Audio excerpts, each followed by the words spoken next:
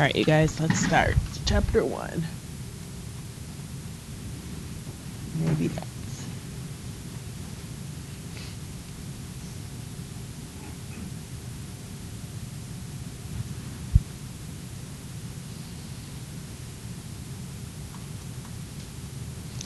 Now we're freezing.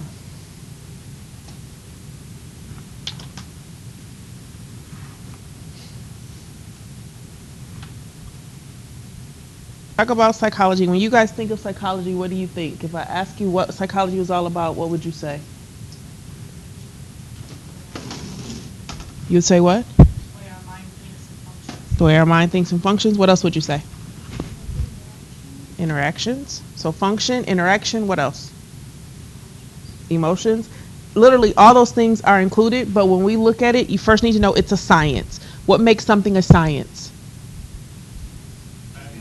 Facts. It means it's been proven and studied. So the one thing you need to know is psychology is a science. It has been proven and studied. Now it breaks it down into two different parts. Remember yesterday we talked about the brain, well, Monday we talked about the difference between a brain and a mind. Psychology is a science, but it studies the mind and behavior. The one thing about the mind, we are concerned with what is called cognitive functioning. You'll hear it interchanged throughout this whole semester. Cognitive processing, they mean the same thing. So when we talk about the mind, we're looking at how it processes. What's the process that's done?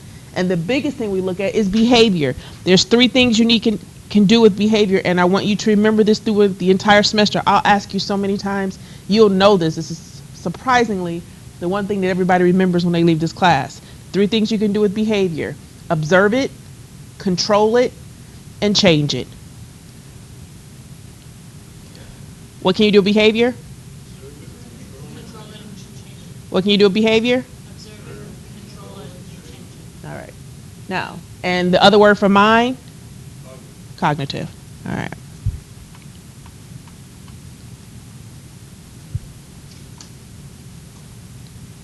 All right. So when we talk about, we are freezing a lot here.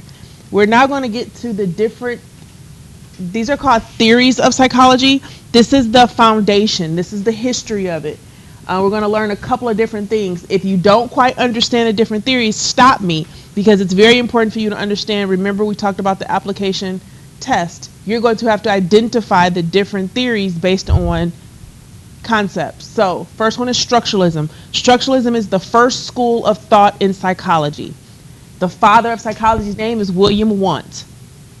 William Wundt is the father of psychology, and the first school of thought is structuralism. First school of thought is structuralism, and William Wundt is the father of psychology.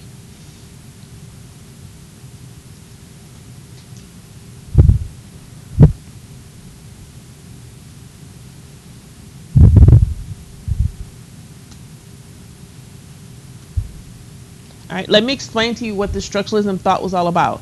In the beginning, when psychology was first found, the idea was everybody could explain what they felt. They can explain what was going on. They can explain what their senses were picking up. But that was the basic unit. There was nothing about emotions. There was nothing about how we interpret the feelings. It was just really explain what you feel at that current time. So right now, if I gave all of you a big red ball and I put it in your hand, what are you thinking? Big red ball. Big red ball. Why?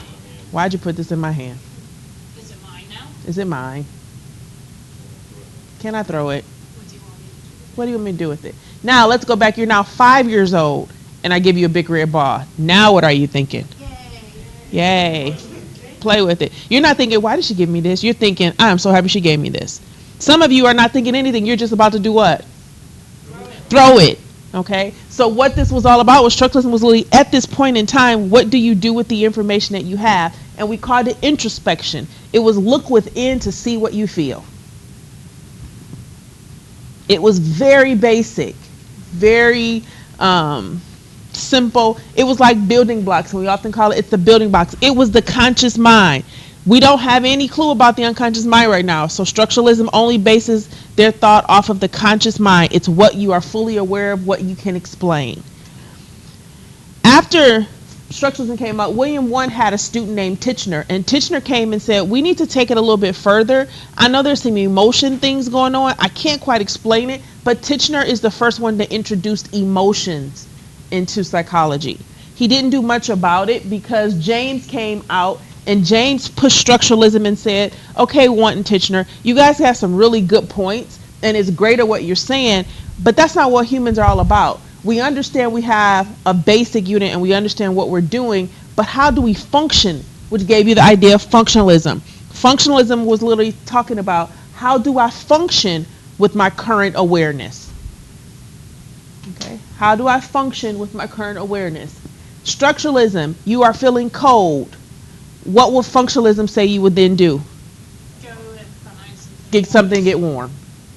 Okay, so structuralism was literally, I'm aware that I'm cold. Functionalism said, we're not that basic. We just don't, we're not just aware. We actually function and do things with this. So the functionalism theory brought about how are we functioning in our environment? What do we do to function in our environment? So who's the founder of structuralism? Who's the father of psychology? That was a trick question. Right, okay. And who's the founder of functionalism? James. All right. We no longer use either one of these. But unfortunately, you have to learn it because it's the foundation of what we stand on. All right. The next ones is what we are still, the next theories are what we still use today. And we start off with Gestalt. Gestalt was founded by Max Wertheimer. And his biggest thing is that we literally look at the world as the whole is greater than the parts, the sum of its parts. The best way I can explain this, let's all take a trip to the parking lot. We're standing in front of these cars in a parking lot. What do you see? Cars. All different kinds. Go back out. Now what do you really see? The parking lot. Go back out. Tell me what you really see. A spot to put your car. You're going back out. Your environment. What do you see? Empty car. What do you see? I'm asking you just, there's no trick question. You are standing out in the parking lot and I am saying, what do you really see? A man-made structure. You see who? You see the sun? Yeah, if you was looking up, you would. But go back out. What do you see? The place to park.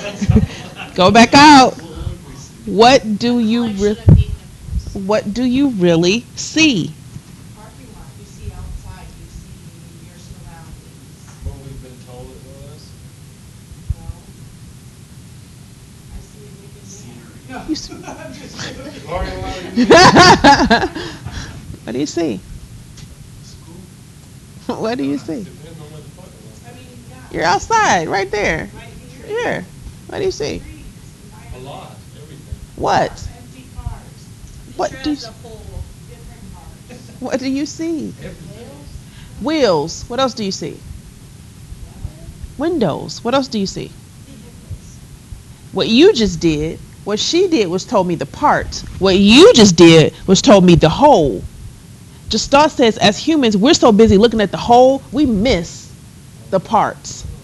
So when you really were out there, you saw tires, you saw screws, you saw windows, you saw metal, but you were like, Shree, I'm not about to go out here and name every piece of this car for you. So I'm just going to tell you outside there were some cars. If you don't know what they are, that's your problem, but that's what I saw, some cars. Okay? You do it every day. How was your day? Fine. Good. Was the whole day good? Probably not. But I'm not about to say at 8 o'clock it was good. 9 o'clock got a little rough. 10 o'clock, horrible. 11 o'clock, fabulous. 12 o'clock, it was good. I'm just going to tell you, how's your day? Fine. Good. One bad thing happens. How many of you ever tried to diet? Okay. If you've never tried it, try it. Yeah, they are. Yeah, you lying if you did. All right. It's Monday. I'm starting this diet on Monday. I'm working out. I'm going to eat right. It's going to be great. Monday, you did the whole day. You did just what's supposed to happen. You fought temptation. It was fabulous. Tuesday came around. It got a little rough. It was stressful. You accidentally, because it's always an accident, you accidentally fell on a donut. And you ate it. What do you say after you ate that donut? Oh, darn. Darn. What happened to the diet? I just ruined my whole diet. I just ruined my whole diet. When will you start your diet again? Next Monday. Yeah. Okay? Wait. This, yeah, it's too. I messed it up. I might just start next. Why did you start next month? It was a 1 second of the day you messed up. You can technically, it was 10 o'clock. You ate that donut 10:02 because it probably only took you 2 minutes unless you really enjoyed it. 10:02, you can start back on the diet. But Gestat says we don't do those things. We just go. It's the whole. Does that make sense? So Gestat introduced this theory that human beings, as humans, we always look at what is big, and we never pay attention to little parts. We never waste the time on the little things.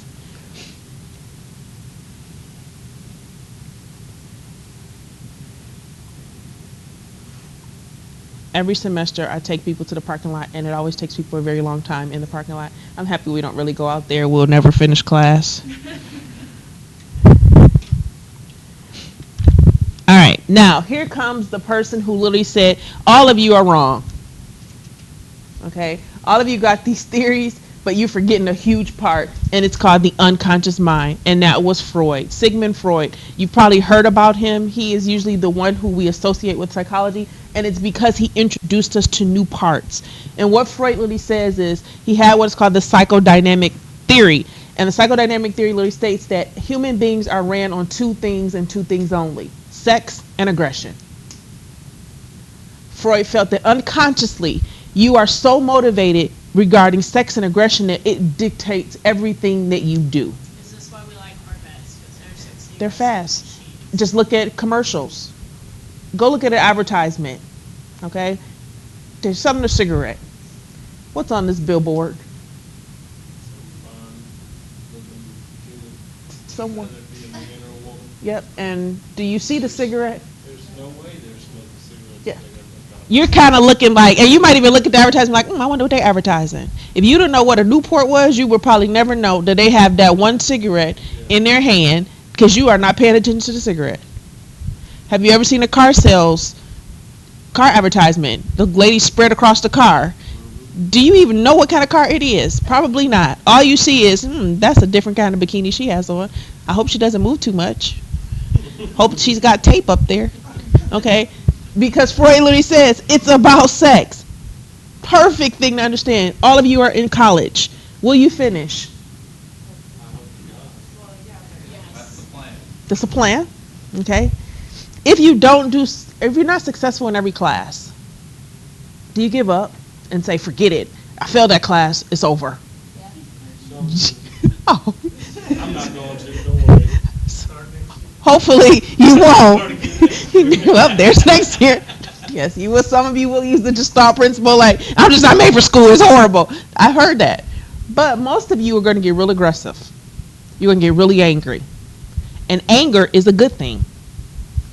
Okay? One thing you will never, ever control are your emotions. Your emotions are uncontrollable. What you do with them are controllable. So the emotion is uncontrollable. The behavior is controllable. How many of you ever got angry and you kept saying, I'm not going to be angry about this. I'm not going to be angry about this. I'm not going to be angry about this. And you feel it building because you don't control that. And what Freud literally says is that aggression and that anger actually motivates you to do some things. It makes you change some things. So there's a lot of things that we don't realize. You changed it not because of anything but your aggression. You are going to be successful because you are aggressive. When you go into an interview, you are not the only person interviewing for that job. How are you going to get that job? You're going to be better. Okay, so literally when Freud brought these all things in, he also said there's a lot of things that you do, and we're going to talk about it probably, I think, in chapter 9 or something like that. He has this theory called the iceberg theory, and he literally says that majority of your mind is unconscious. Freud brought in the dreams. So Freud is big on dream analysis, and we're going to talk a lot about dreams. And he brought about the psychoanalysis, which is a longer term of psychodynamic in regards to actually performing therapy. So psychoanalysis is the actual therapy session. Okay, it's about 3 to 4 years long. 3 to 4 years long. So you're in therapy for about 3 to 4 years, because he feels that your childhood dictates a lot of things that happen to you. What Freud feels is in the iceberg theory. Let's just use this. All right. So he takes this iceberg theory, and he says he has this 2-year-old little girl. She's told that she's worthless, ugly, a mistake, a waste of space, a burden. She grows up. She's now 42. What type of person is she? Introverted. Depressed, introverted, mean, Yeah, angry. If you ask her why is she this way, what will she tell you? I'm just this way. This is just me. This is who I've always been. But where did it really come from? When she was 2. She might actually be very successful. A perfectionist. Why is she a perfectionist? She has to prove that all these things are wrong. And you literally say, why are you so driven? It's just me. Everybody in this class has had something happen to them when they were younger, and it is your motivation. You're not even aware it's motivating you. There's certain things that bother you. You don't even aware why they're bothering you. And Freud literally states, it's things that have always happened to you that is embedded in your unconscious that will forever motivate you and drive you. Does that make sense? Let's move to the next one. Behaviorism. What can I do with behavior? Change it, observe it, and control it. This is Watson and Skinner. Watson and Skinner are the founders of behaviorism. Watson and Skinner. And I'm also going to introduce you to Pavlov, but you can wait for him. Watson and Skinner. Watson and Skinner believe that in behaviorism, the idea is that if I can't see it, I'm not going to study it. If I can't see it, I won't study it. Their idea is literally humans are always doing something that shows what they're feeling. I won't or I can't. I won't. I can't and I won't. Because the idea is that if I can't see it, I can't prove it. Our emotions right now, can I prove how all of you are feeling? You can observe it, and you can make a hypothesis on how we are feeling, but you can't prove it unless you ask us. You can gather data on it. Even if I ask you, what's going to be the problem with that? You're probably going to lie. More than likely we're gonna sound fine. You're going to probably say you're fine. How many times have you walked down a person in the hallway and you say, hi, how are you? Did you really hear what they said? Because if they walk by and they said horrible, just the worst day of my life, you'd probably be like, okay, and keep moving because you really weren't paying attention because the idea was that you were just being polite. Okay? How do I know what a person's feeling? Usually we can watch behavior, but the problem with behavior, it's such a sporadic thing that how does a happy person respond and act? Oh, happy. What's the wrong with the word happy? It's an emotion. What's wrong with it? If you came to me and you said, Shreya, I'm so happy. You didn't tell me anything. I can identify it based on what I think happy is. So, and I'll use, for example, I'm not a real emotional, like, I'm a woman, but I sometimes think women have too many emotions. Like, they just go overboard. And I sometimes be thinking, like, seriously, you didn't have to, that was all unnecessary. And I have a friend, and she's just all, whoo, she a 10. And she'll call like, oh my God. And I'm like, okay. Like, it just wasn't that big. But when it comes to, my grandmother bought me a car on my 16th birthday. We went to the car lot and she says, get a car. I got a car. And my response was, thanks, Grandma. I'm so happy. That really was my response. I was excited. My mom said, is that all? And I thought, what does she want? And she's like, all right, get excited. I am. What are you looking for? And she's like, something. Like what? She's like, show you appreciate it. And I was like, thanks, Grandma, a whole lot. What do you like? A bunch, Grandma, a whole lot. And I was like, is that good, Mom? She was like, oh my God, this is horrible. And I was like, oh, is it bad, Mom? But her thing was, to her, excitement meant I was probably supposed to be jumping around, rubbing the car, hugging the car, woo, oh my God, flipping, whatever my mother needed me to do. But that's not what I am. So the problem when somebody says, how do you feel? I'm sad. Until I ask you what sad feels like, I don't know. So with behaviors, they literally say, let's stick with, we don't even care about emotions because emotions are so subjective to that person. I just want to know, what do you do? What can I watch you do? These people are the ones who go to the mall and just watch you. If you are in love, perfect example, you hear people often talk about love language. How many of you have ever been in love before? Okay. How'd you know? Just feel it. You felt it. Yes, that's the word. I felt it. What does it feel like? Can't explain it. Peace.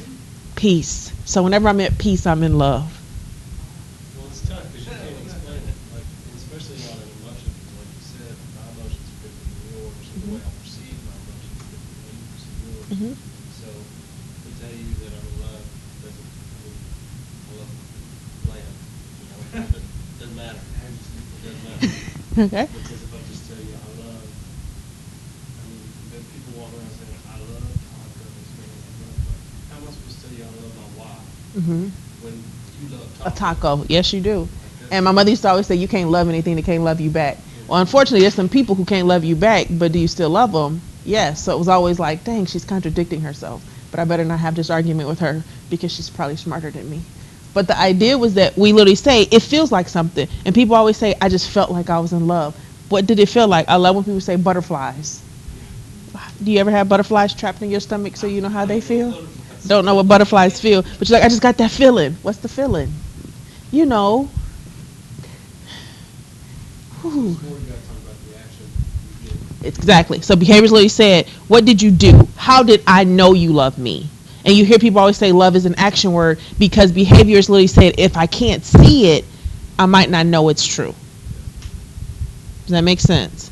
You can tell me you love me, but if you love me and never do anything for me, and I'm not saying financially, but just support me, be there for me, do you love me? Behavior said, I wouldn't know.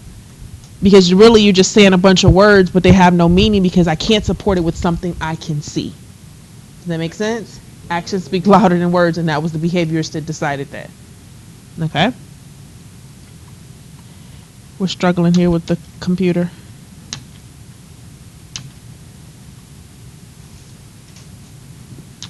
Okay, what was next? Evolutionary science, humanistic psychology. All right, Rogers and Abraham Maslow. All right, humanistic psychology. Humanistic psychologists are probably some of the most difficult people to understand because they believe that everybody has the potential to be a good person. Everybody has the potential to be a good person, and we call it tabula rasa. Tabula rasa. Tabula rasa literally means you are born with a blank slate. You come to this world empty of all experiences, all judgment, all perception, and as you experience life, you actually are written and designed based on what you are experiencing. A humanistic psychologist literally feels that everybody has the ability to reach their full potential, but he knows and we know you all won't do it simply because life is going to happen. Does that make sense? A humanistic psychologist will see a serial killer and find the good in them. Okay? Yeah. It's hard to be a humanistic psychologist, but it's probably really good for your client. You celebrate only where your client has grown. With the humanistic psychology, you often feel as a psychologist, the world is constantly tearing each other and everybody down. This is the one time we're going to celebrate what you have done. So as a humanistic psychologist, if I have a client that comes in and says, Sheree, I'm an alcoholic.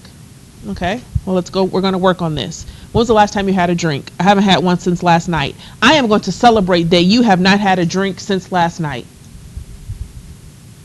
Why am I going to celebrate that? It's a positive. It's reinforcement because the thought is if you can make it from last night, let's see if you can make it to tonight.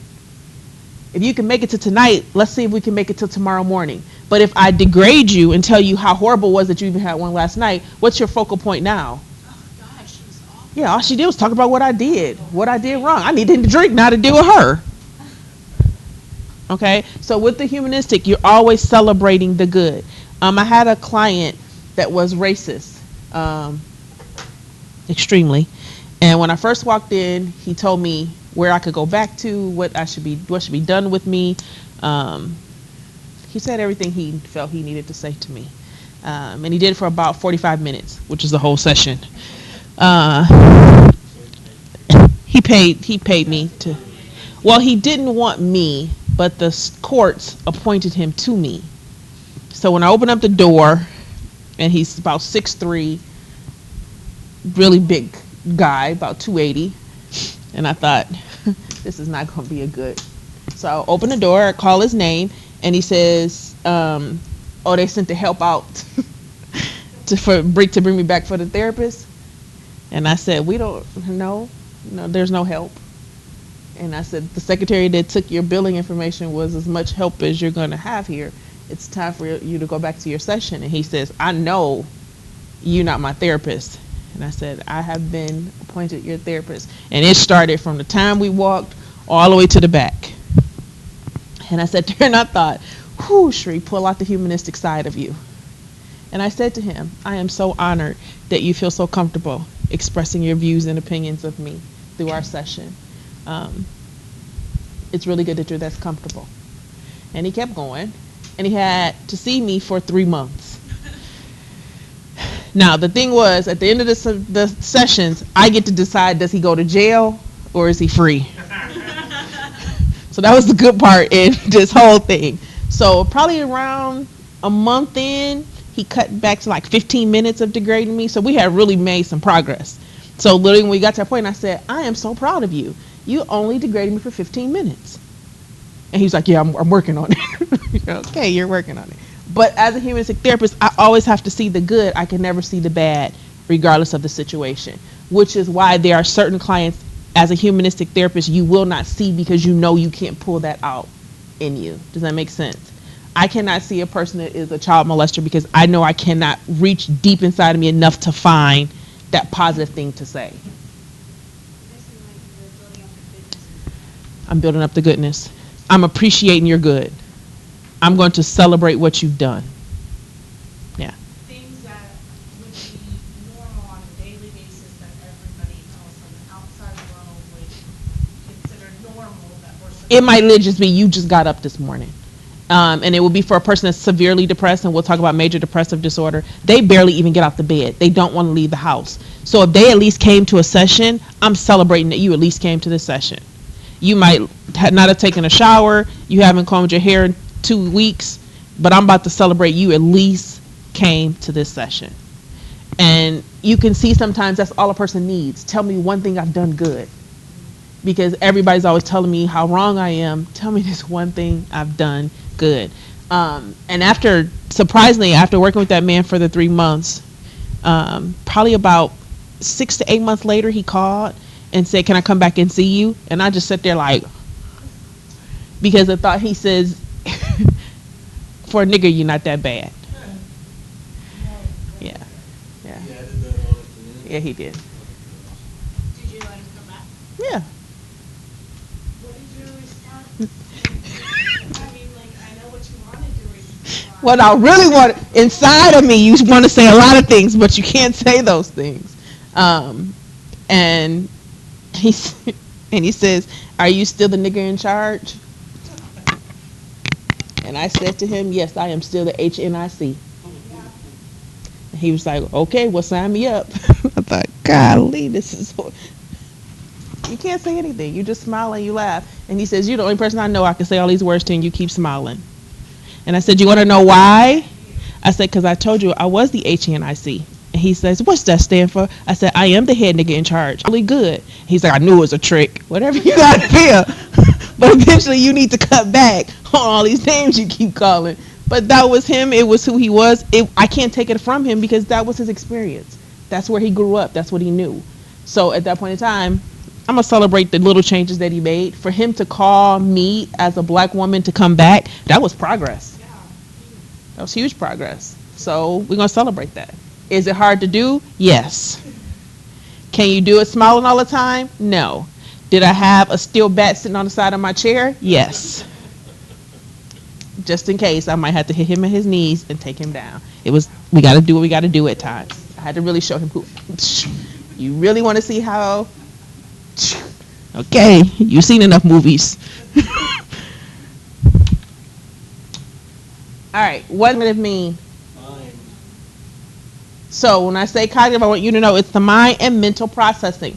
The cognitive revolution came about and said, all of y'all little mushy people are all great and everything. Y'all, you talking about his emotions. But I don't want to know about that. We want to know, how do you process information? How do you process what you're dealing with? We all process things differently. Everybody in this class is going to process information differently. Why are you processing differently? What are the things that are going to influence your processing? Your mood, your experience in regards to your concentration. What else? Your emotions. So we got concentration, emotions. What else? What's the biggest thing that's going to make you all process differently in regards to? Like what's around you, you have something to click your hands on. Okay. What else? What's going to make you process differently? Your state of mind. Okay. What else? If you're tired or if you're at work. Okay. What else? Okay. What else?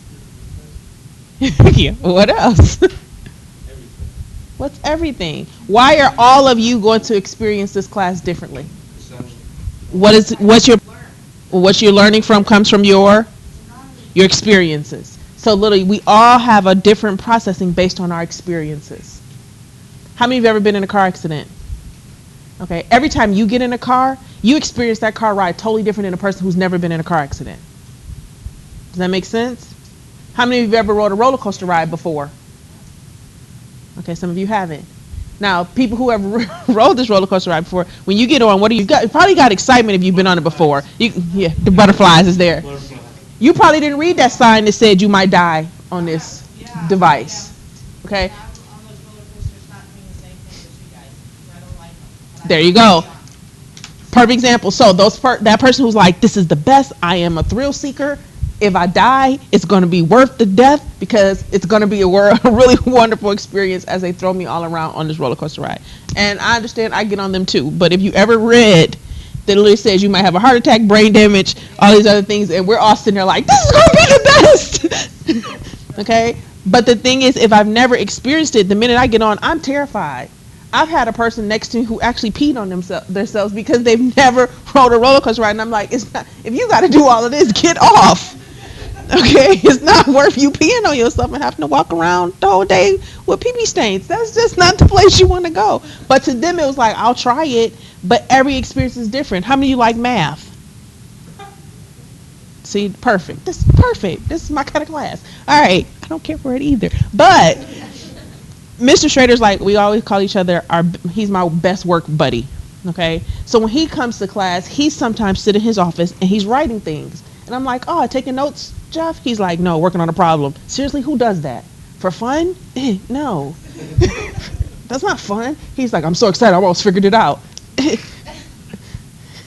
a hobby. Like, it's not cool. He's like, you do math every day. No, I don't, unless it's looking at my bank account. Other than that, I'm not. He's like, when you get dressed, you're doing math. What? I don't think like that. But his experience is different. He thinks of everything in that aspect. I'm thinking more like, I wonder why he's doing these things. I wonder how he processes that. I wonder how his mind really works. I wonder if he feels things when he gets really excited. Is it really a good feeling? We process things different based on our experience. Does that make sense? So even when you date and you get involved in this relationship, you guys are experiencing it differently based on your past. Okay? And that's what that cognitive thing is. Literally talks about mental process and how we think and feel based on our experiences. All right, you guys, what's next since we're freezing again? Evolutionary. All right. Evolutionary theory. One other thing I want to tell you about cognitive. Cognitive literally thinks that we're like a computer. You pump things in, it processes, and it comes out. Pump things in, process, comes out. The evolutionary theory. The evolutionary theory really just talks about we actually evolve in an effort to survive. We evolve in an effort to survive. Let's take a look. 1960, turn on the TV, and it's Leave It to Beaver. Has everybody ever seen a Leave It to Beaver episode? All right, what is Jane? I think her name is Jane. Judy, Jane. The mom. What is she dressed in? She has a dress on. She has an apron. She has a little apron on. Her hair is pulled back so you can see her neck and her clear face. What else does she have on? Heels. She has some heels. She probably has some pearls on. Okay. And what is she doing? Cooking or cleaning? Cooking, cleaning, and making sure when Darren gets home that she gives him his dinner. 1960. Fast forward, 2015. Turn on a TV. Real Housewives of whoever. What do they have on? Kind of same clothes or close to them. Okay, they have a dress on, all right, but it might not have an apron, or they got an apron on and they forgot to put the dress on. Okay, they are probably making dinner reservations, not so much dinner. All right, why is it changed so much? We still need to eat. Change of values. Values have changed. Society has changed. We're more materialistic. What else is wrong with us? Humanistic qualities. Our humanistic qualities are almost non-existing. Yes, we are about survival of me. It's all about me country. All of these have changed, but what we really have started to do is we're starting to actually adapt to our surroundings. Ever go and shop at Target and go into the little girl section? What are our little girls wearing? The indie version. Shows off everything. We're teaching a 3-year-old how to do what? Already dressed how? We're already adapting them to this evolution. Does that make sense? We're evolving into these different people based on our surroundings, and we've seen it evolve over time by just watching TV. Just watching, think about 1960, sitting at the dinner table. Would sex be a topic? Probably not. Unless the girl next door got done. Unless the girl next door, but your mom's not going to say it. What she's going to say? She's had a situation. Little Sarah next door has a situation, and you're thinking, did she catch something? She got a cold? And she's like, no, it's a longer situation. They're sending her to the farm. They're sending her away Yeah, that was one. to her aunt's house for a couple of months. Okay? When she comes back, her situation will be dealt with. That's the discussion. Now we're at the table, 2015, and little Sarah got pregnant. We got a whole show. Okay? And we like, that fast tail girl over there and got pregnant. We just talk about it so openly now because we're evolving based on evolution. Okay? Now, we understand the different theories. Do you understand all of them? You can figure them out and point them out with no problem. Humanistic, cognitive, behavioral, Gestalt, psychodynamic, structuralism, and functionalism. Yes, no, you're good. Ooh, again, we need feedback now. I'm not gonna lie to you, I kind of checked out for just a small second. Because I was trying to finish on the last slide. I don't even know what you asked. Are you, To absorb. have you absorbed the rest or all of the different theories of psychology? They're written down. No. If you go back, okay, if you go back and read them, will you understand them? Yes. So once you study them, you will be good at them. Yes. You will be able to identify them. Is anybody feeling heck to the no, even when I go home, I'm going to be confused? I do have one question on Just, well, we have to know, like, the people associated with each. from, A like, couple of them, yes. So might as well just. I would say learn them now. And what you'll notice is we'll do it often. Like you'll hear their names. Those names, the only person's name you won't hear a lot is Max Wertheimer. The rest of them, Maslow, Abraham Maslow, Freud, you'll hear them often. On evolutionary, what's like a thing size? We're always changing, or we're always evolving. Yeah.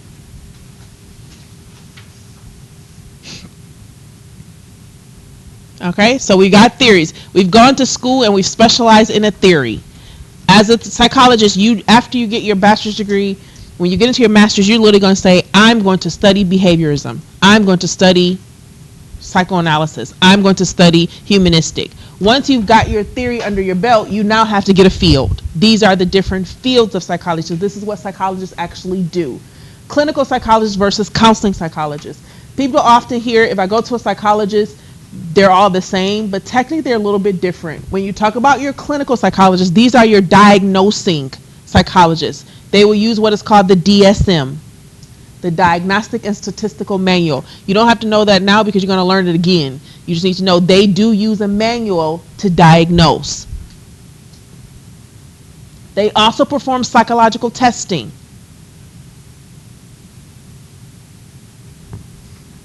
Totally different than your counseling psychologists. Your counseling psychologists are those individuals who just try to help you with everyday issues. They're your career counselor, your guidance counselor, your vocational counselor. They are the ones that are helping with some of the minor things versus your clinical. They're going in to treat. Okay, they're doing more of a treatment based. We're everywhere. Usually I tell people you just call your insurance company and they tell you, but if you just Google them, they're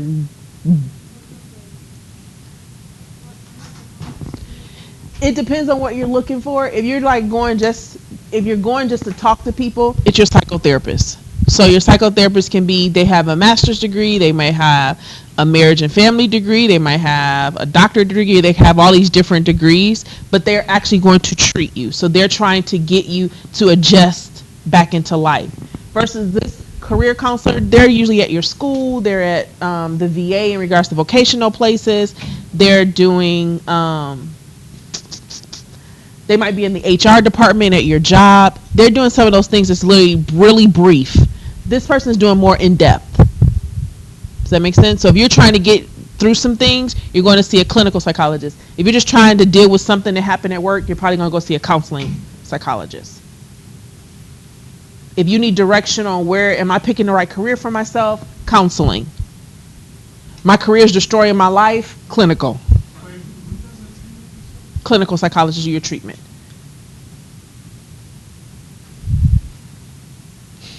Now, inside of here, we also have two different types. We call them psychologists versus psychiatrists.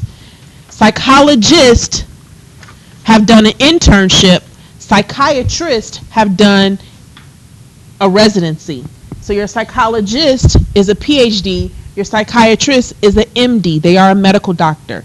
Your psychiatrist can give you medication. Your psychologist can only meet with you for therapy. Psychologist, therapist, psychiatrist, medical doctor.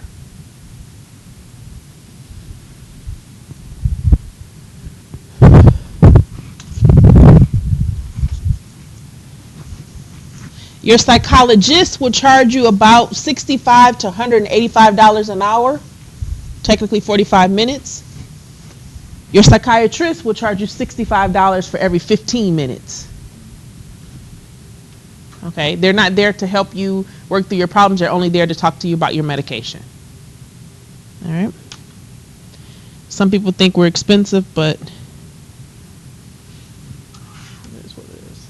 Now, other things that they do is an academic psychologist. Your academic psychologists teach classes and conduct research. Teach classes and conduct research. Inside of your academic, you're going to have a couple of different ones. We already talked about clinical. Cognitive, what's cognitive mean? Mind and mental processing. So when we talk about cognitive, they're going to do academic performance. But you also have developmental. Developmentally says from conception to death. So this psychologist is going to observe you from conception to death. They actually feel that when you or where you were conceived actually dictates your temperament. How your mother felt, what your mother did while she had you in her womb will actually affect who you are today. Okay, so from conception to death is developmental. Social, everybody heard of sociology, but this is a social psychologist. A social psychologist says, how does one person deal with their environment as a whole, and how does their environment influence one person? Okay, we're still looking at individuals when we talk about psychologists. We're big on just the individual. Physiology, or this aspect of psychology is more based on how does the mind and body connect. Inside of psychology, we have found that your mind is so powerful, it can stop you from talking. It can stop you from walking. You can actually be able to walk and not walk. It can make you paralyzed, although there's nothing wrong. A woman can become pregnant, yet she has no fetus.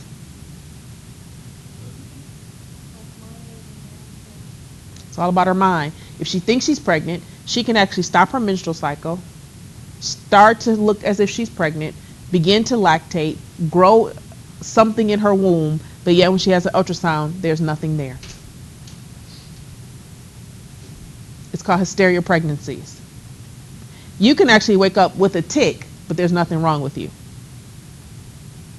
You all do it all the time. You don't even realize you do it. How many of you watched that commercial and it said, tingling in your legs? You're like, oh my, I got that.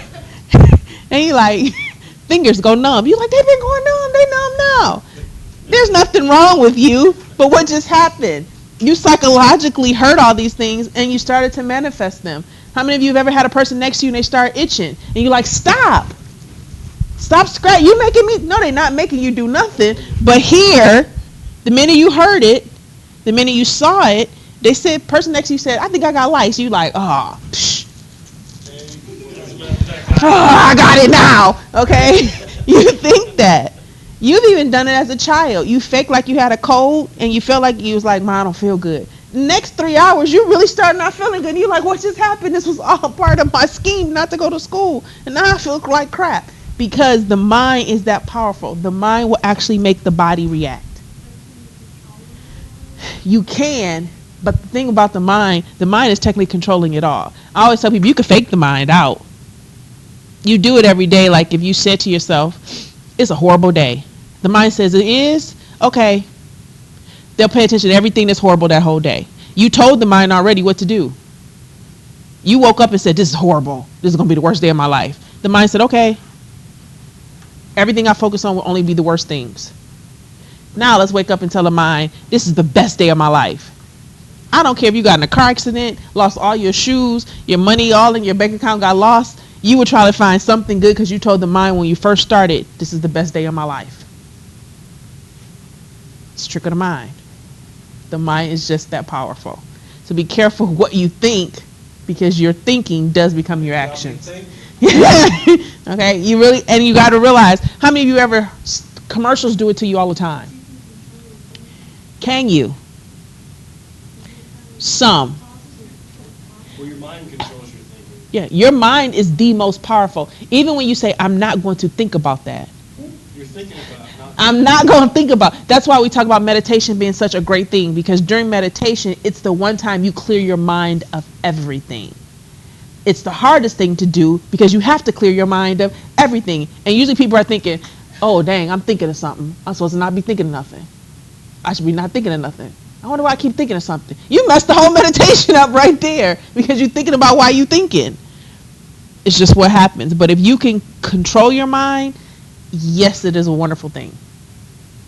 Can you do it over time? Yes. No, you don't need therapy for that. Some people just need therapy. I often tell people always say crazy people go to therapy. No, smart people go to therapy because they don't want to get crazy. So when you start feeling a little loop-de-loop, or you feeling a little like something is getting to me, some people are like, I need therapy right now before it gets to the point that I hurt somebody. And sometimes people like go to therapy just because it's the one person I could tell everything to, and there's nothing they can do with it. Because bound by their law, if I told them I killed somebody yesterday, guess what they can do with that? Nothing. They can't even call the police. Say, like, What happens shows, if like, I if do the call cops came to you and were like, yo, they killed somebody, I would say I do not recall. Yeah, that would be like, Cherie, this client just said they killed somebody. Did they tell you in therapy? I have a lot of clients. I don't recall what that one client told me. Can I see your records? You sure can, because I'm never going to write that down in my records. I'm going to write down client discussed family issues. I'm not going to write down client slaughtered mom and whole family. I'm not going to do that. Client discussed family issues. So when you call me in the court, you can have my file. Sure can. And when you put me on the stand, what did your client tell you? I don't recall. A lot of stuff. Like, what does my note say? That they talked about family issues. Then that must be what they talked about. Did she say she killed him? I don't recall. You ever had to? No. I've never had somebody come and be like, Shree, I killed him. Because I'll be like, oh! Now, there is a time that I will have to call. If you come and say, Shree, tonight I'm going to murder my husband. Now, it's different. I have two ways I can break confidentiality. Duty to harm self or duty to harm others. The only time. So if you said I already killed them, They already did. it's already done. It's between me and you. I'm going to kill them. Got to make the phone call. And I've had a little boy he called it the blacklist. And there were seven names on his blacklist. And he would I didn't know he had the blacklist for a very long time. He would just had his little paper and it was folded up in his pocket. And he would literally, if I made him mad during a session, he would say, "You gonna get on my list?" And I used to be like, whatever, you 7. You can't be that much, whatever. So one day he pulled the list out and he said, I scratched some people off my list today. I said, what list? And he turns it around and this paper it's gotta be about 2 years old. And he opens it up and he's got like names off, and you can see he's got like check next to some people. He got mad faces next to people. And at the top it says, my blacklist. And I said, what's that? He said, my blacklist. I was like, oh, cute. That's what I'm thinking. I said, well, what's on your blacklist? He said, people I'm gonna kill. I said, the people you scratched off, are they already gone? He said, no, they did something good to get off the list. I said, okay, so you can get off the blacklist. He said, yeah. I said, the mad faces? He said, they making it worse for themselves. I said, all right then. So I said, can I have this list? And he said, no. And I said, can I make a copy of it? He said, you can make a copy of it. At that point, I had to tell him, remember what we talked about at the first session? That if you ever told me you were going to harm somebody, I had to call and tell them. And he was like, yeah. And I said, I have to call your principal and tell them about the people on your list. And he looked at me, and I thought, there I go. I'm on the list. But I had to tell, because that is the agreement.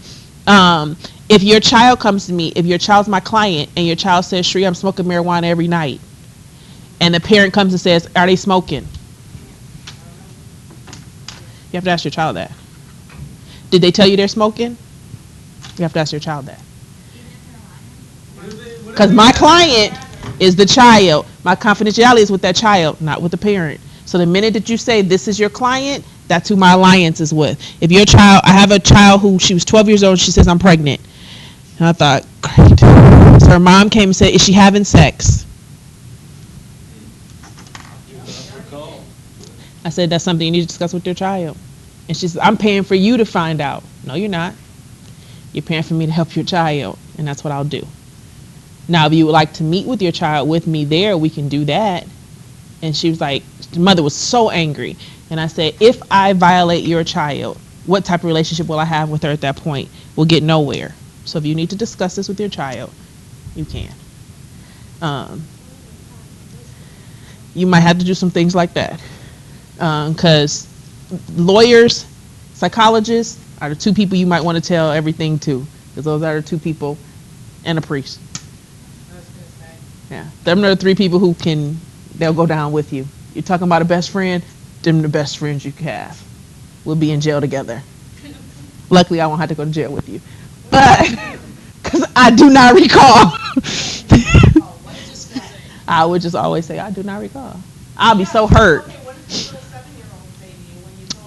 Oh, he was so pissed. You on the list. He was actually, come to find out, this little boy was a serial killer. He was killing well, we can't call him a serial killer yet because you can't diagnose him until he's 18 with that type of personality disorder.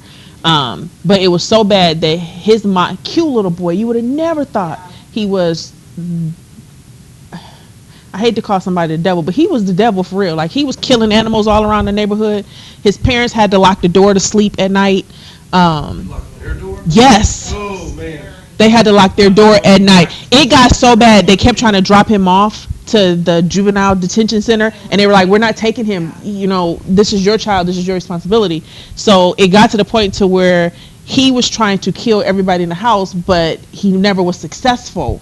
So the judge told the parents, you have to detach him from the home, but it's still your responsibility to take care of him. And they were like, well, where are we supposed to put him? You're not putting him in any home. They had to go get a mobile home outside their house, and the uncle came to live with them in the mobile home just so that the child can stay somewhere because they could not drop him off at any facility.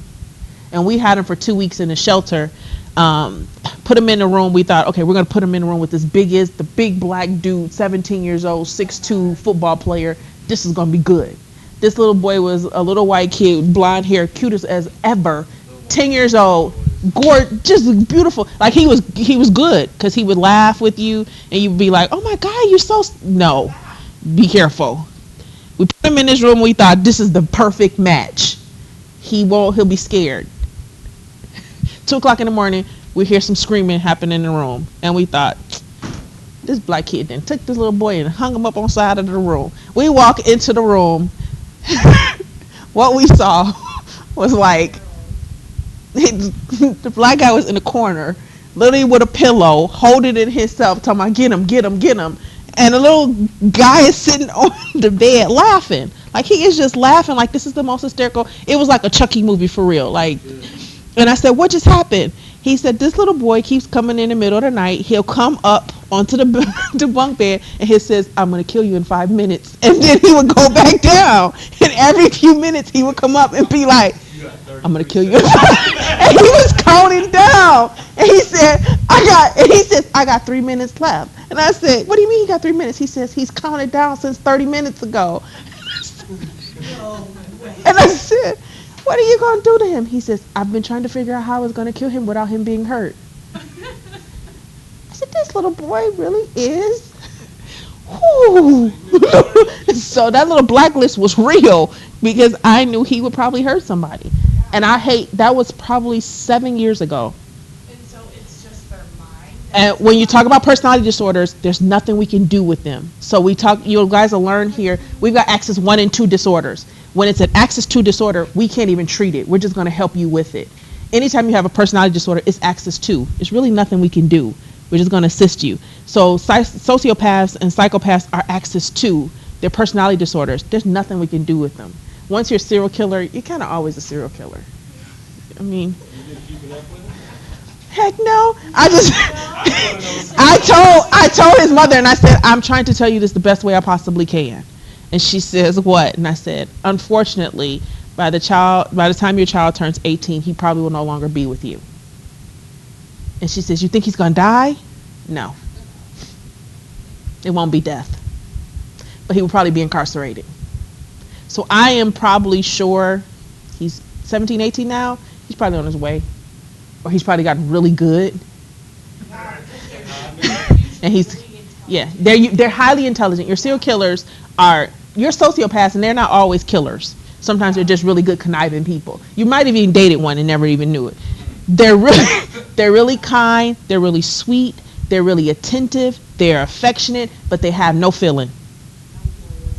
It's all about what they can do, what they can get. It's an enjoyment to watch you trust them. But technically they have no feeling for you.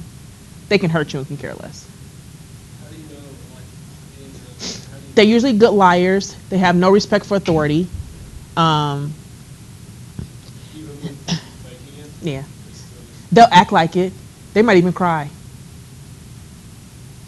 But to them, it's an enjoyment to watch you hurt. They just don't feel anything. What was, if you can say his name, what was his first name? I just want to know what it's No, But I'm just, she told us all a story. That's why I asked. If you listen to my sentence, I said, if you can, Yes. tell me. Nah. Was it like a cornball white name or like I just want to know if it was like when yeah, like, Uh-uh. It was like really common, modern name. It was, Well, can you say something else since he's on your class network? no, no, just gotta go down with the ship. yes. Because as long as he's alive, yeah, but like, That's what I'm saying, check up on him. if you say he did, I'm like, look, so is his name. No. I just want to know if it was like something like Travis or something. I've had a little boy who who actually fed his baby sister his feces. He was so upset. It was just him and his mom for a long time. She started dating somebody else. He got upset. She had a little girl. She was so involved with the little girl. He really angry and didn't know what to do. So he said he found on the internet that when you consume feces, it makes you sick. So he started feeding it to his sister, infant. She was like 3-4 months old. He would just feed it to her. He would then, after he would use the bathroom, he would wash his bottom with his mom's face rag and then put it back. He just didn't. That's just what he knew. Yeah. Did the little girl survive? 12. My youngest drug dealer was 10. He actually had, yes, he was making $400 a week. 10 years old. Yes, he was. I said, this is ridiculous. He was about this tall, cute little boy. They always cute. He came in and he was like, they busted me. I said, who busted you? He said, the janitor. I said, the janitorial staff got you? Yeah, he done messed up my business. I said, well, how much were you making? He said, my profit was about $400 after I had to spend out from my overhead. He was so good that this little 10-year-old was strategic in how much he had to spend. And he was in the pill business. Who was he selling them to? The kids at the school. Other 10-year-old kids? Yes, and what they realized is that they bought things based on the color of the pill. So if it was a red pill, it was $25. White pills were the cheapest pills because he said you can get them too fast. But the kids would come in and sell, because what they started realizing is children could take pills from their parents, and parents didn't realize if you only took 1 or 2 pills, because normally you're thinking, oh, I must have missed a day, or oh, I didn't even realize I took it. You just didn't do it. So he would pay them $5 for the pill and sell it for 10. So when you came in, you were literally asking for the white pill, yellow pill, blue pill, or the red pill. He don't know don't nobody know what they are. You just came in and asked for the color, and you paid him, and he made a business, and he sold marijuana on the side. He said it's not. He said it smelled too bad and it's not lucrative. He was 10. He was like, I got them pills though. I mean, he had the terms and everything. 10 years old, and I said, you dress really nice. He says, that's what I have to. That's why I'm hustling. He said, I got to keep my appearance up. I said, well, you got a mama. He said, she don't want to buy me the good things. I asked him that. I said, don't you think your mama knew you got them new Jordans on and it was $200? He says, I told him my daddy bought them. He said, that is the luxury of having separated parents. I said, well, what happened if they talk? He says, I make sure they don't. I said, how do you do that? He says, I make sure they stay mad at each other. I said, and how do you make sure they stay mad at each other? He says, oh, it's so easy. He says, I tell her he said this, I tell him she said that. They don't ever want to speak to each other ever again. He says, and I win. I said, he's only 10. When he get 22, oh my gosh, the world better watch out. But they're good. So when it comes to clients, you're not surprised anymore. I had one, she just dropped her child off and she says, I'm never coming back again. And I'm like, ma'am, you can't do that. You can't do that. And she was like, yes, I can. She left. Yes, I will call the police if you drop your kid off. Like, come get him. We kept her for 46 days because we couldn't find her. I wouldn't be wanting to give the kid back to her. Unfortunately, Child Protective Services. That's the crazy part about all that. It's like, I don't want my kid, I'm going to drop it off. And then you spend all this money and time to find the mom who doesn't want the kid and then give it back to her. DFACS is one of those places that it's hard to fight that case, and most of the time they always want to go back to family reunification. So DFACS is probably one of those places that it's hard to work at emotionally because you're always fighting that. Yeah. What did you go to school for? Which one did you major in? Which for one? your- My master's degree, I'm clinical and humanistic, and then my doctorate is family. So I'm a marriage and family therapist. Yeah, but I'm humanistic. Sometimes. I sit down next to behavior. Nah, I think people sometimes do things just for other people to watch. I am a watcher, and I do watch because I know that your body will tell me things that you don't want me to know. So even on I go and watch people on their first date, and I could tell them if she really likes him or not. She would do certain things with her legs that she doesn't realize she's doing it. Either she's going to tell him one day you will sleep with me or one day you won't, and she doesn't realize she's doing it. Hmm.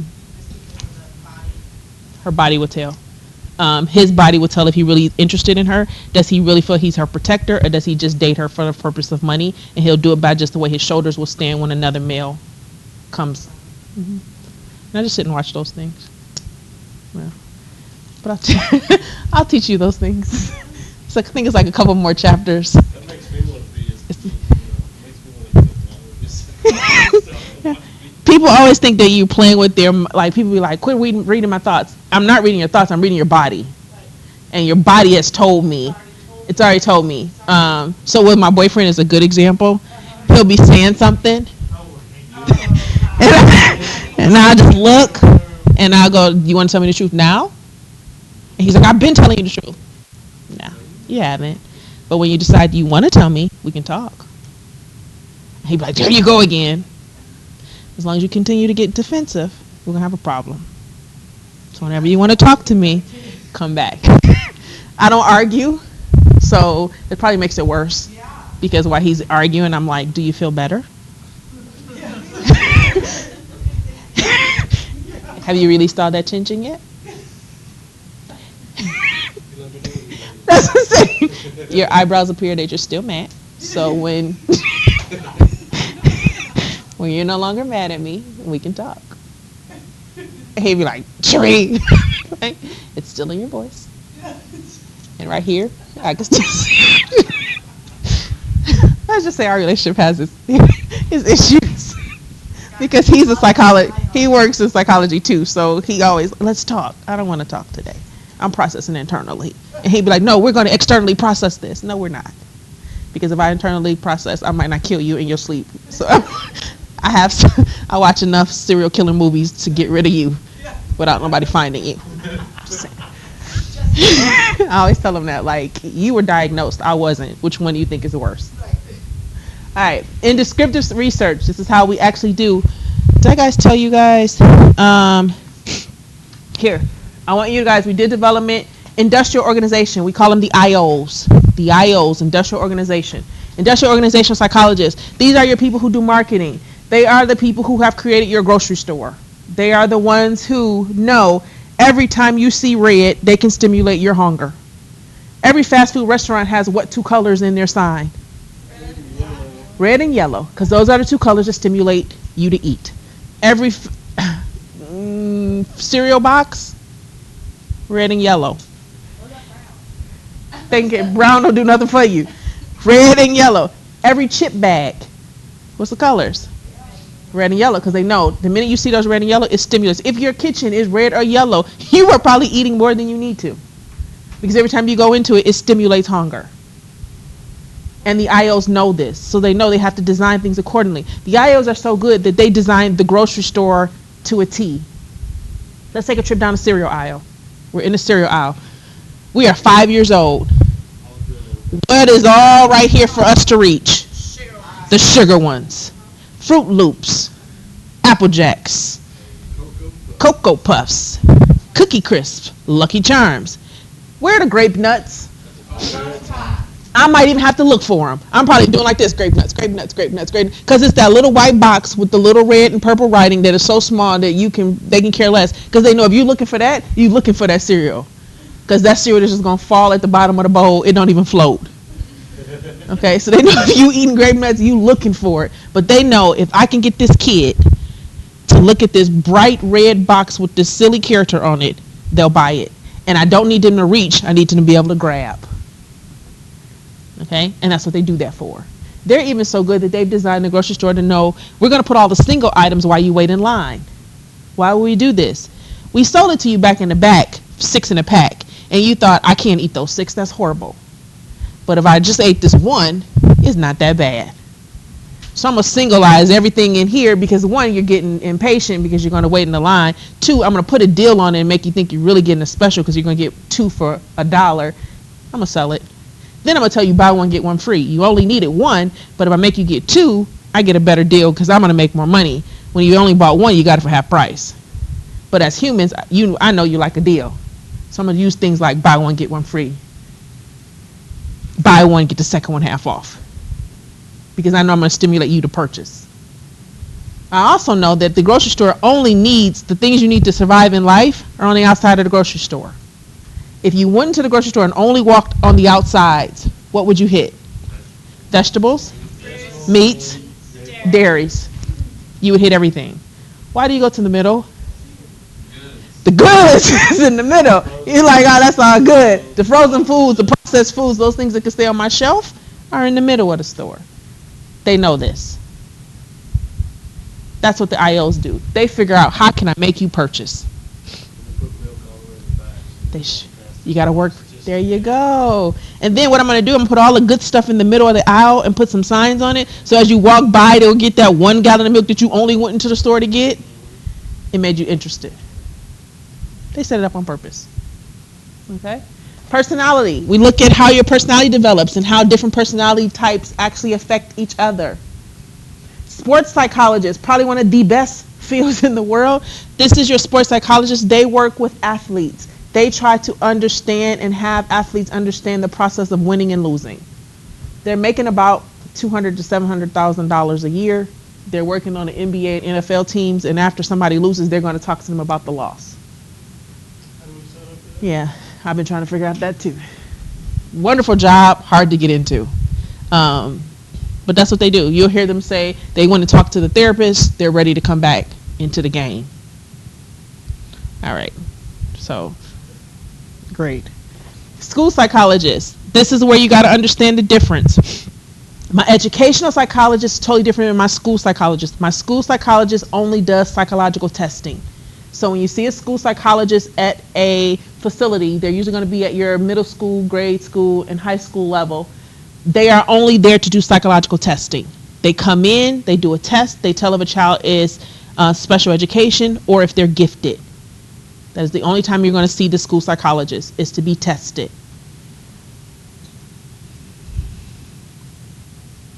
The other one I want you guys to know is the forensic psychologist. You want to write that down, forensic psychologist. Your forensic psychologists actually go in and then do investigations. They usually work with your police department, your FBI, your CIA. They are trying to figure out the motivation behind the activity. Yeah. They're going in to figure out why you killed whoever, how you did it, why you did it, and what you did after you did it. They're also going to be, if you ever watch Criminal Minds, those are your forensic psychologists. They're your BAU unit. They're going to analyze your behavior. All right, now we go into research. 3 things I want you to know regarding how we do research. This is going to be important for you in regards to your critical thinking research project. 3 ways you can do research. You guys are only going to do the last method, but the first method is what is called naturalistic observation. Naturalistic observation is when you watch a person in their natural setting. They're starting to do this now a lot in grade school and kindergarten. A parent can actually log on and watch their child in the classroom. Why is this very important? Why is this? To see if they're a bully or if To really see how, because when I walk in, how many of you have ever had your mother come to school? All right, yes. If you never had it, then you should have just had it one day. Because when they say, your mama here, what do you start to do? Straighten up. You know every question, every answer. You know it. You are brilliant. You're like, can I help you, teacher? Can I help you? I can carry that for you. Okay? Why am I doing this? Because I know my mother is here and she might act a fool. So with this natural observation, it really means I can watch a person in their natural setting and I won't change the study because I'm really watching them in their natural being. Case study. Case study is a little bit different because it only focuses on one person or one family or one community. It does not allow me to generalize.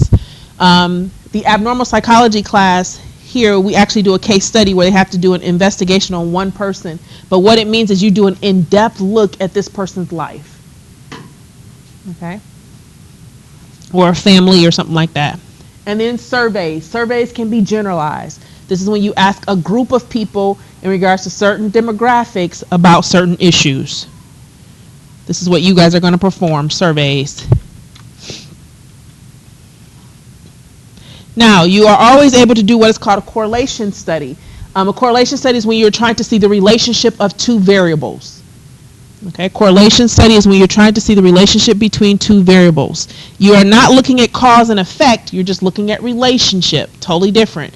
I'm not looking at cause and effect, I'm looking at relationship. I'm looking to see, does one have some type of influence on the other? For instance, we're going to have what is called a positive correlation. Positive correlation, as one increases, the other increases. As weight increases, height increases. Or as height increases, weight increases. Give me something that correlates positively. As this increases, we see this increase. Age and experience. Okay. Give me another one. This increases, this increases. Age and weight. Not necessarily. Now, I will say relationships and weight do correlate to increase. Miles driven by. Miles, okay, miles driven on the car, problems. Okay, those will be positive correlation. Your negative correlation is a little bit different. As one decreases, the other decreases.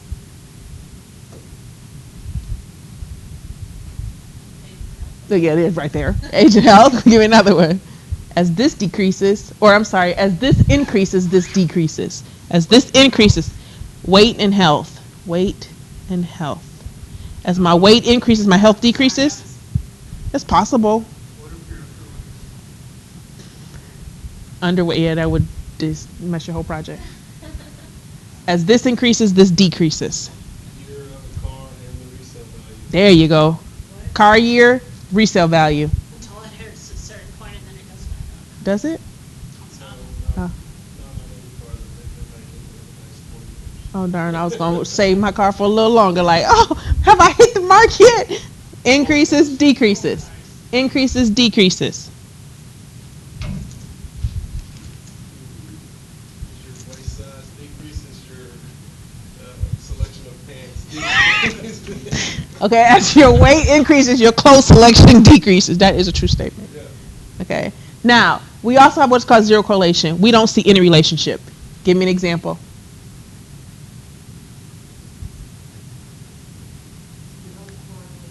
Zero correlation. We see no relationship. Orange and banana. The amount of flowers you have coming up in the yard correlates to what you eat. There you go. No relation. The amount of flowers you have, your grade point average increases. The more flowers you grow, the better your grade point average. No, not gonna happen.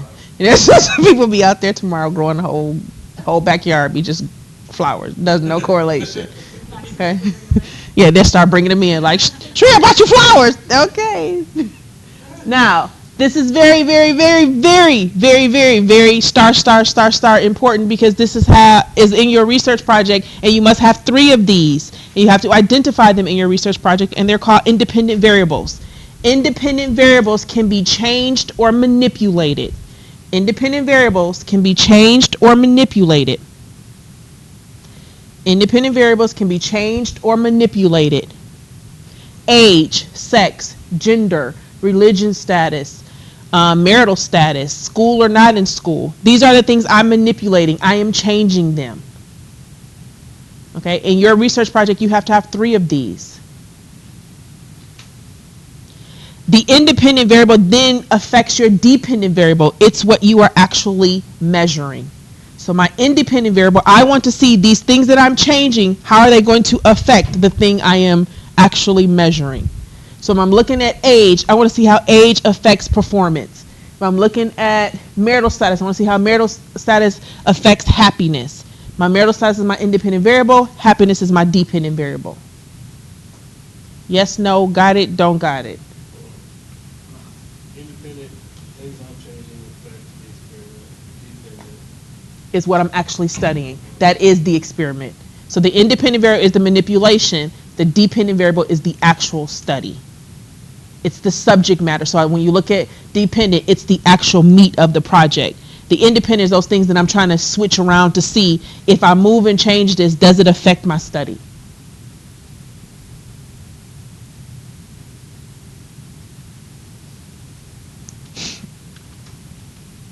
We got that? We're good? All right. Now, in regards to the experiment, we're going to have a couple of groups, experimental group and your control group. Your experimental group will receive the independent variable. They will be manipulated. Your experimental group will receive the independent variable and they will be manipulated. So if I have a class over here and a class across the hall. I'm going to keep changing your temperatures. I will not change the class across the hall's temperature. You are the experimental group because I'm going to manipulate your environment. Does that make sense? Across the hall is the control group. They do not receive the independent variable. They are not manipulated. So experimental group, manipulated, receive the independent variable. Control group, not manipulated, do not receive the independent variable.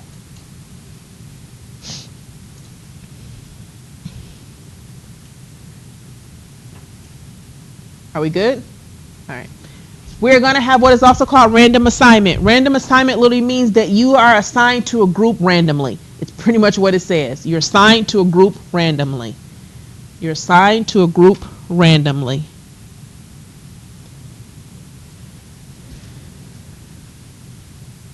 Don't worry about quasi-experiments. You do need to make sure you have these aspects in regards to being a critical thinker and an activity that meets all the standards. Reliable. It must actually test what it says it's going to test in regards to reliable and valid. So when we look at reliable and valid, I must actually be testing what I say I'm going to test, and then I also have to make sure I always get the same results. When I say the same results, it means if I keep testing this, I should still keep getting the same results. I shouldn't get these drastic results because it means I'm not doing something right. Reliable, it is going to make sure I'm testing what I say I'm testing. Okay? I also have to be careful of bias. This is really important because bias really means I am human. I am going to sometimes put my own feelings and emotions inside of what I see. So to prevent this, we're going to have what's called a double blind or blind study. A blind study, I'm going to talk about blind study first. You want to write that down. A blind study is when the participants are unaware of what the project's all about. A blind study, the participants are unaware of what the project's all about.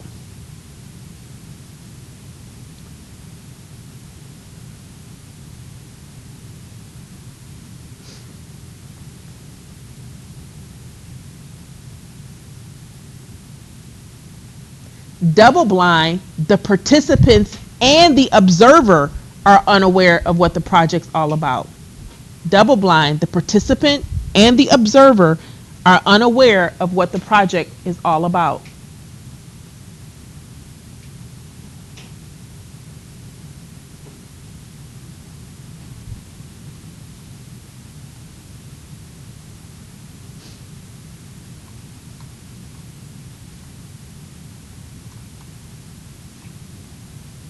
Are you good?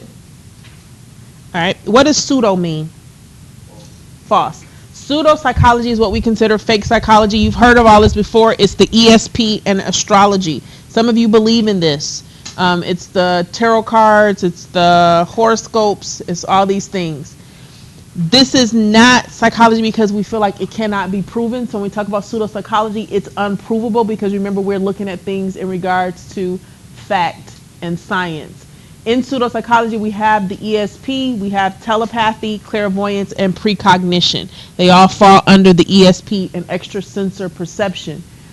In psychology, pseudopsychologists decided we're going to make ourselves scientific just like you guys are so that we can support it with something, and they came up with what is called the Rhine card.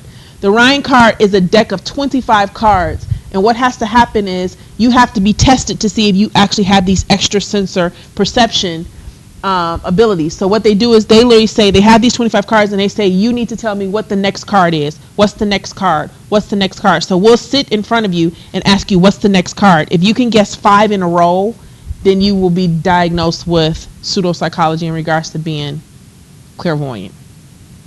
Yeah, we don't believe that either. All right.